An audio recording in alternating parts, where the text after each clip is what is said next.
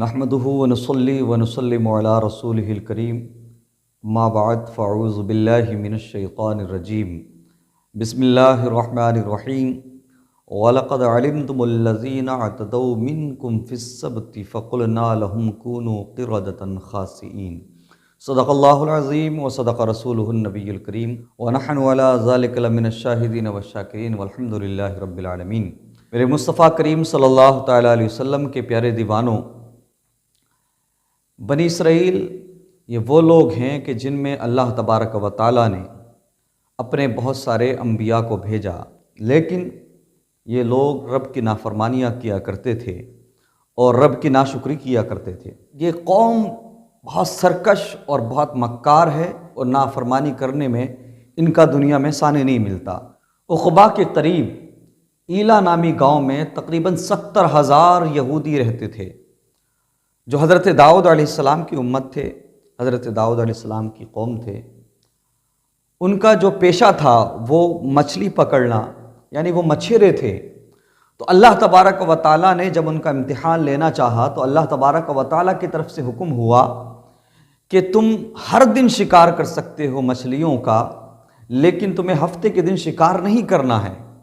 ہفتے کے دن تم پر شکار کرنا حرام کیا جاتا ہے۔ اب یہ یقیناً اللہ کی طرف سے امتحان تھا ان کے لیے۔ جب اللہ تبارک و تعالیٰ کی طرف سے ہفتے کے دن ان یہودیوں پر شکار حرام کر دیا گیا تو ان میں 3 گروہ بنے۔ ایک وہ کہ جو بالکل اللہ کے حکم کو مانتے ہوئے الگ ہو گیا اور اس نے اس شکار کو برا جانا اور کہا کہ ہم ہفتے کے دن شکار نہیں کریں گے چونکہ اللہ نے حرام کر دیا ہے۔ دوسرا گروہ وہ تھا جو زبان سے تو برا نہیں کہتا تھا، جو ان لوگوں کو روکتا بھی نہیں تھا، لیکن وہ اپنے دل میں برا جانتے تھے کہ اس دن شکار نہیں کرنا چاہیے، اس دن شکار کرنا برا ہے چونکہ اللہ نے حرام کر دیا ہے۔ لیکن ایک تیسرا گروہ تھا جس نے ہفتے کے دن بھی شکار کرنے کا فیصلہ کیا اور وہ شیطان کی چال میں آ کر پھنسے۔ شیطان نے ان کو حیلہ بتایا، شیطان نے ان کو پھنسایا اور انہوں نے شیطان کے حربے میں آ کر، شیطان کی چال میں آ کر اللہ کی نافرمانی کی۔ شیطان نے انہیں حیلہ بتایا کہ ہفتے کے دن اگر شکار کرنا حرام ہو بھی گیا ہے تو تم حکم کی خلاف ورزی بھی نہیں کرو گے اور تمہارا شکار بھی ہو جائے گا۔ طریقہ یہ ہے جس دریا میں شکار کرتے ہو اس میں جال نہ لگا کر کے اس دریا سے چھوٹی چھوٹی نالیاں بنا لو، اور چھوٹی چھوٹی نالیاں دور تک بنانے کے بعد میں پھر نالیوں کے اختتام پر حوض بنا دو، تاکہ ہفتے کے دن جب وہ پانی بہے، جب دریا میں مچھلیاں آئیں تو پانی کے ذریعے ان نالیوں کے سہارے ہوتے ہوئے وہ تمہارے حوض میں پہنچ جائیں اور تم اس فرمان کی خلاف ورزی بھی نہیں کرو گے اور تمہیں مچھلیاں بھی مل جائیں گی۔ اور در حقیقت یہ اللہ کے فرمان ہی کی خلاف ورزی تھی۔ یہ تو ایک حیلہ تھا، ایک طریقہ تھا جو شیطان نے ان کو سجھایا اور وہ اس کی چال میں آ کر پھنس گئے۔ اور یہ گویا کہ اللہ کے ساتھ ٹھٹا کرنا ہے کہ اللہ نے منع کیا ہے تو ٹھیک ہے، ہم جال نہیں لگائیں گے مچھلیاں پکڑنے کے لیے، لیکن ہم چھوٹی چھوٹی نالیاں بنا کر حوض بنائیں گے اور وہ نالیوں کے سہارے ہمارے حوض میں مچھلیاں پہنچ جائیں گی۔ ایسا ہی انہوں نے کیا، ہفتے کے دن بھی انہوں نے مچھلیوں کا شکار کیا، حوض کے ذریعے، نالیوں کے ذریعے چھوٹی چھوٹی نالیاں بنائی، نالیوں کے اختتام پہ حوض بنایا، اور ان میں جب ہفتے کا دن آیا تو پانی کے بہاؤ میں مچھلیاں نالی سے ہوتے ہوئے حوض میں پہنچ گئیں۔ حضرت داؤد علیہ السلام نے یہودیوں کی ان حرکت کو دیکھ کر ان پر لعنت کر دی، اور اس لعنت کا اثر یہ ہوا کہ اللہ تبارک و تعالیٰ نے ان 12,000 یہودیوں کو بندر بنا دیا۔ اللہ اکبر۔ اب جو گروہ تھا کہ جس نے روکا تھا، جس نے منع کیا تھا اور جو خاموش رہنے والے تھے، انہوں نے جب دیکھا کہ یہ لوگ نہیں مانیں گے، شکار کریں گے اور یہ حوض بنا کر مچھلیاں پکڑیں گے، تو انہوں نے اپنے اور ان 12,000 لوگوں کے بیچ میں ایک دیوار کھینچ دی تھی تاکہ ان لوگوں سے الگ ہو جائیں کہ بھائی اللہ کے حکم ماننے والے اس طرف ہیں اور اللہ کے حکم کی نافرمانی کرنے والے اس طرف ہیں، لیکن بیچ میں ایک دروازہ بنا دیا تھا دیوار میں۔ تو یہ جو 12,000 یہودی تھے، انہوں نے ہفتے کا دن آنے سے پہلے ہی نالیاں تیار کر دی، حوض تیار کر دیا، اور جب وہ ہفتے کا دن گیا تو انہوں نے اتوار کے دن جا کر کے وہ مچھلیاں نکالی حوض سے اور لے آئے۔ تو اللہ تبارک و تعالیٰ نے ان کو بندر بنا دیا۔ حضرت داؤد علیہ السلام نے جب ان پر لعنت کی اب جب تھوڑا وقت گزرا تو وہ جو دیوار کی دوسری سائیڈ لوگ تھے جو اللہ کے فرمان کو ماننے والے تھے، وہ یہودی کہ جنہوں نے اللہ کے حکم کی نافرمانی نہیں کی، اب انہوں نے دیوار پہ چڑھ کے جھانک کے دیکھا کہ یہ جو 12,000 لوگ تھے جنہوں نے اللہ کی نافرمانی کی ہے، اللہ کے حکم کو ٹھکرایا ہے، ان میں سے کوئی بھی آتا ہوا نہیں دکھ رہا، کوئی ان میں ہلچل نظر نہیں آ رہی، کوئی چہل قدمی نظر نہیں آ رہی، ایسا لگ رہا ہے کہ یہ 12,000 لوگ کہیں غائب ہو گئے۔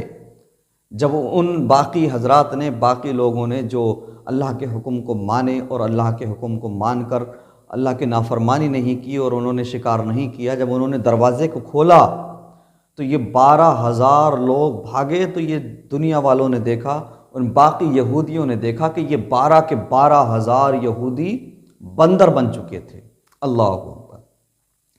اب باقی جو لوگ تھے جو قائم رہے اللہ کے حکم پر، وہ تو نہیں پہچان پا رہے تھے چونکہ ان کے چہرے مسخ ہو چکے تھے، بندر بن چکے تھے، لیکن یہ بندر اپنے عزیز و اقارب کو پہچان رہے تھے، اپنے رشتہ داروں کو، اپنے گھر والوں کو پہچان رہے تھے۔ کوئی بندر کسی سے لگ رہا تھا، کسی سے چپٹ رہا تھا، کوئی بندر کسی کے پاس جا کے رو رہا تھا۔ اللہ اکبر۔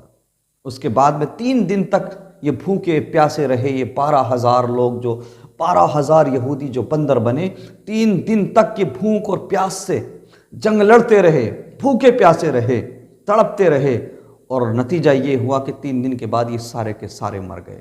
اللہ اکبر۔ میرے مصطفیٰ کریم صلی اللہ تعالیٰ علیہ وسلم کے پیارے دیوانوں، تو اللہ کی نافرمانی کرنے والے 12,000 یہودی اس طرح سے بندر بنے۔ قرآن میں آپ کو ملتا ہے، میں نے جو آیت کریمہ پڑھی، وَلَقَدْ عَلِمْتُمُ الَّذِينَ اعْتَدَوْا مِنْكُمْ فِي السَّبْتِ فَقُلْنَا لَهُمْ كُونُوا قِرَدَةً خَاسِئِينَ، اور یقیناً تمہیں معلوم ہیں وہ لوگ کہ جنہوں نے تم میں سے ہفتے کے دن سرکشی کی، تو ہم نے ان سے کہا کہ دھتکارے ہوئے بندر بن جاؤ۔ اللہ اکبر۔ میرے مصطفیٰ کریم صلی اللہ تعالیٰ علیہ وسلم کے پیارے دیوانوں، آپ غور و فکر کیجئے کہ اللہ کے ایک فرمان کو نہ ماننے پر 12,000 لوگوں کو بندر بنا دیا گیا، 12,000 یہودی بندر بنے۔ آج امت مسلمہ کتنے گناہ کر رہی ہے، کتنے اللہ کے احکام کو نہیں مان رہی ہے، کتنے فرامین پر عمل نہیں کر رہی ہے۔ آج ایسا عذاب کیوں نہیں آتا؟ آج گناہوں کی بھرمار ہے، گناہوں کی کثرت ہے۔ کون سا گناہ ہے جو آج ہماری قوم کے لوگ نہیں کر رہے، لیکن اس کے باوجود ہم پر ایسا عذاب اس لیے نہیں آتا چونکہ اللہ نے اپنے محبوب کے صدقے میں اپنے محبوب کی امت پر یہ خاص فضل فرمایا ہے، اے محبوب تم ان کے درمیان موجود ہو، اس لیے ہم ان پر کوئی سخت عذاب نہیں بھیجیں گے۔ در حقیقت ہمارے گناہ، ہماری خطائیں، ہماری بدکاریاں، یہ ہماری تمہاری وجہ سے نہیں، اللہ کے محبوب کے صدقے میں چھپی ہوئی ہیں۔ تو جس طرح سے آج آقا کریم ہمارے گناہوں کو چھپائے ہوئے ہیں، ہماری خطاؤں کو چھپائے ہوئے ہیں، ہمیں رسوا نہیں ہونے دیتے، ہم پر کوئی سخت عذاب نہیں آتا۔ اگر چاہتے ہو کہ میدان محشر آقا کریم تم سے چہرہ نہ پھیریں، میدان محشر آقا کریم تمہیں یوں ہی بچا لیں، تمہیں سینے سے لگا لیں، تو بریلی سے نظریہ ملتا ہے، آج لے ان کی پناہ، آج مدد مانگ ان سے، کل نہ مانیں گے قیامت میں اگر مان گیا۔ میرے مصطفیٰ کریم صلی اللہ تعالیٰ علیہ وسلم کے پیارے دیوانوں، آج لوگ یہ سمجھتے ہیں کہ بھئی ہم گناہ پر گناہ کر رہے ہیں تو کیا فرق پڑتا ہے، گناہ کر لیا تو کیا ہوتا ہے۔ نہیں، ہوتا تو بہت کچھ ہے۔ گناہ کرنے پر، اللہ کی نافرمانی کرنے پر پتھروں کی بارش بھی ہو جایا کرتی ہے، اللہ کی نافرمانی کرنے پر بندر بھی بنا دیا جاتا ہے، اللہ کی نافرمانی کرنے پر زمین میں بھی دھسا دیا جاتا ہے۔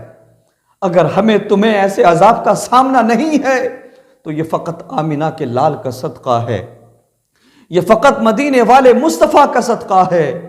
اس لیے مسلمانوں، آج ابھی وقت ہے، پلٹ آؤ اپنے کریم رب کی طرف، پلٹ آؤ اس کریم رب کی طرف جو 70 ماؤں سے زیادہ پیار کرتا ہے، پلٹ آؤ اس کریم نبی کی طرف کہ جس نے تمہیں معراج کی رات بھی نہیں بھلایا۔ بار بار میرے رب نے فرمایا، محبوب مانگو، کیا مانگتے ہو؟ ہر مرتبہ تمہارے میرے نبی نے مانگا تو یہی مانگا، پروردگار میری گناہگار امت کو میرے حوالے کر دے، میری گناہ گار امت کو بخش دے۔ اللہ اکبر۔ اس کریم نبی کی طرف آؤ کہ جس کریم نبی نے ہم تک قرآن اور اسلام پہنچانے کے لیے اپنے شکم پر پتھر باندھے، جنہوں نے ہم تک اسلام پہنچانے کے لیے 2.5 سال تک ہاؤس ارسٹڈ رہ کر زندگی گزاری۔ اللہ اکبر۔ پلٹ آؤ اس کریم نبی کی طرف کہ جن کی زبان پر یہی رہا، رب ہب لی امتی، رب ہب لی امتی، رب ہب لی امتی۔ اے رب میری امت کو میرے حوالے کر دے، میری امت کو معاف کر دے، میری امت کی خطاؤں کو معاف کر دے۔